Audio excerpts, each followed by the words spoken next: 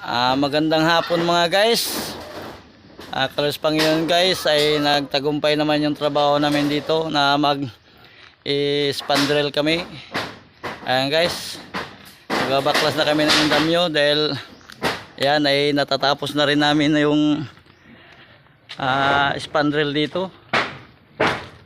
Ayun, sa wakas wala namang nagkulang na materialis, sakto lang materialis na nagamit dito, pero may sobra pang kunti. Ayun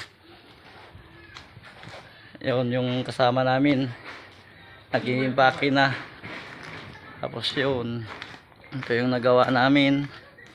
Ayan, nagliligpit ng gamit siya.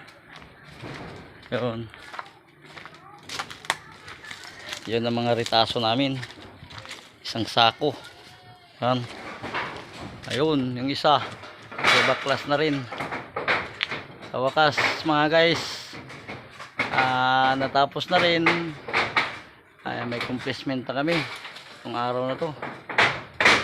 For this guys, binabanata namin to for this. Hanggang sa muli guys, maraming salamat sa inyo.